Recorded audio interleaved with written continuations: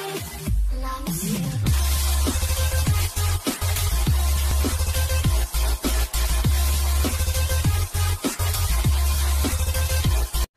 People, तो आज हम बात करने वाले हैं लॉज ऑफ मोशन के बारे में।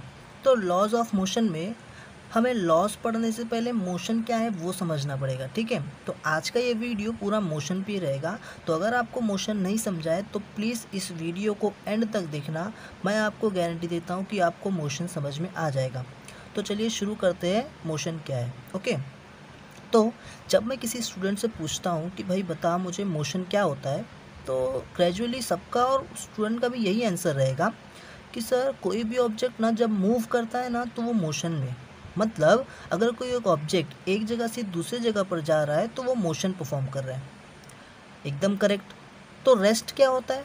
रेस्ट मतलब बस ये कि कोई ऑब्जेक्ट अगर मोशन नहीं कर रहा, एक ही जगह पर खड़ा है, एक ही जगह पर बैठा है या एक ही जगह पर है, तो वो रेस्ट पे। एकदम करेक्ट। तो मोशन का मतलब यही होता है, बट मोशन जितना आप सोचते हो उतना इजी नहीं है। इसको थोड़ा और टेक्निकल टर्म में आपको समझना पड़ेगा। तो इस चैप्टर में, इस वीडियो में हम मोशन को और बेहतर तरीके से समझते हैं, ठीक है। तो चलो शुरू करते हैं। तो सबसे पहले हमें ये समझना पड़ेगा कि कोई भी ऑब्जेक्ट का कितने स्टेट होते हैं, ठीक है। तो कोई भी ऑब्जेक्ट ना हमेशा दो ही स्टेट में रह सकता है। कोई भी ऑब्जेक्ट का स्टेट सिर्फ दो हो सकता है। सबसे पहला, या तो वो ऑब्जेक्ट रेस्ट पर रहे या फिर वो ऑब्जेक्ट मोशन में रहे।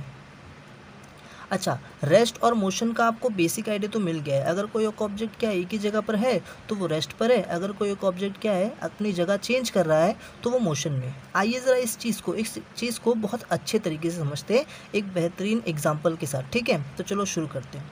सबसे पहले मैं आपको बोलता हूँ कि मेरे पास एक रूम है, ठीक है। ये मैं यहाँ पर एक रूम बना देता हूँ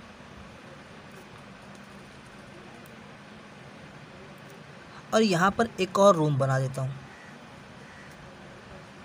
ठीक है। तो यहाँ पे मेरे पास दो रूम है, ठीक है।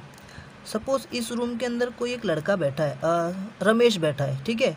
और इस रूम के अंदर कोई एक सुरेश करके बैठा है, ठीक है। अब मैं ना इन दोनों को इस रूम में बैठा दिया हूँ।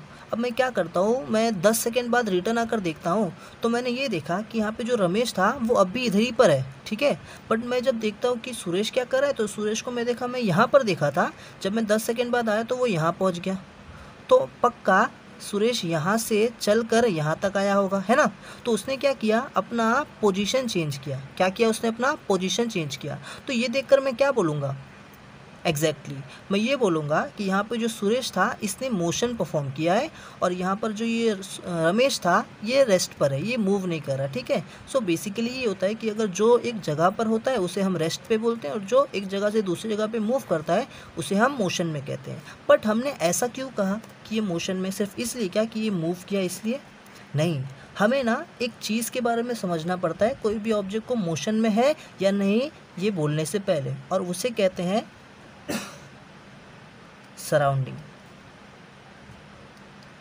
कोई भी ऑब्जेक्ट मोशन में है कि नहीं ये चीज़ इस चीज़ से डिफाइन होती है। अब जैसे इस जगह पे देखिए, तो यहाँ पे ये रूम एक सराउंडिंग का काम कर रहा था, एक पॉइंट ऑफ रेफरेंस का काम कर रहा था, और इधर पे भी ये रूम क्या कर रहा था, एक पॉइंट ऑफ रेफरेंस का काम कर रहा था, ठीक है। तो यहाँ पे पॉइंट ऑफ रेफरेंस में एक ऑब्जेक्ट ने अपना पोजीशन चेंज नहीं किया, इसलिए मैंने उसे रेस्ट पे बोला। अब इस सराउंडिंग में एक ऑब्जेक्ट अपना पोजीशन चेंज कर रहा है, गिवन सराउंडिंग में एक ऑब्जेक्ट अपना पोजीशन चेंज कर रहा है, इसलिए मैं इसको मोशन में बोलूँगा। शायद आपको उतना अच्छे से नहीं समझा होगा, कोई बात नहीं, समझ जाएगा। एक बार ज़रा इसका डेफिनेशन देखते हैं, ठीक है। सो मोशन का डेफिनेशन कहता है कि द चेंज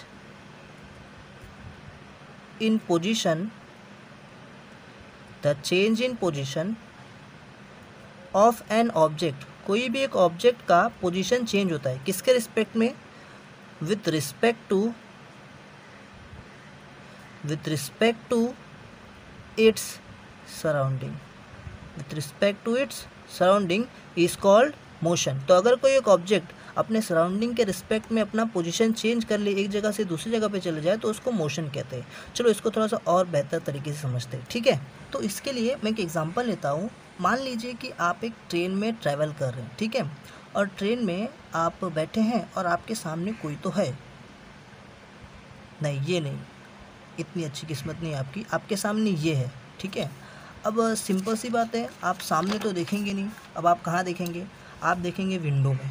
आप जब विंडो में देखेंगे तो आपको क्या दिखेगा, आपको दिखेगा कोई भी ऑब्जेक्ट ना पीछे की तरफ जा रहा है। आप क्या देखेंगे, सारे पेड़, सारे बिल्डिंग्स या कोई भी इंसान आपको दिखता हो, सब किधर जा रहे हैं, पीछे की तरफ मूव हो रहे हैं। तो आप ना उन सबको देखकर क्या सोचोगे, आप ये सोचोगे कि यार ये सब के सब लगता है ना पीछे की तरफ जा रहे हैं, सब लोग पीछे की तरफ मूव हो रहे हैं, ठीक है।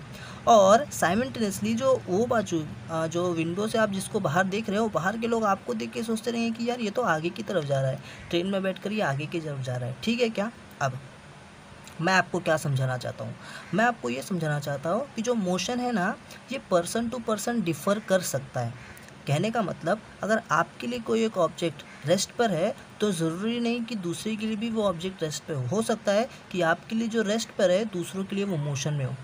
सर ये थोड़ा सा कंफ्यूज हो गया, कैसे, मैं आपको समझाता हूँ। अभी जैसे आप सामने वालों को देखेंगे तो आप क्या देखेंगे कि इस सराउंडिंग के अंदर ये ऑब्जेक्ट कहीं पे मूव नहीं हो रहा, ये कहीं पे मूव नहीं हो रही, तो इसका मतलब आपके लिए ये क्या है, रेस्ट पर है, करेक्ट, ओके। वहीं पर आप जब बाहर देखोगे तो बाहर आपको कोई बिल्डिंग दिखेगा, ठीक है, वो बिल्डिंग पीछे की तरफ मूव हो रहा है, तो आपको क्या दिख के लगेगा कि वो ऑब्जेक्ट जो है, यानी वो जो बिल्डिंग है, वो बिल्डिंग मोशन में, वो पीछे की तरफ जा रहा है, करेक्ट। बट अगर आप एक्चुअल में देखोगे तो क्या वो बिल्डिंग पीछे की तरफ मूव हो रहा था, नहीं, वो तो बिल्डिंग है, वो थोड़ी ना मूव हो सकता है, वो तो जगह पे रहेगा, आप के आगे की तरफ मूव हो रहे थे, ठीक है। वहीं अगर कोई बाहर एक इंसान खड़ा रहेगा, वो आपको देखेगा तो आप क्या होंगे, आगे की तरफ मूव होते रहेंगे।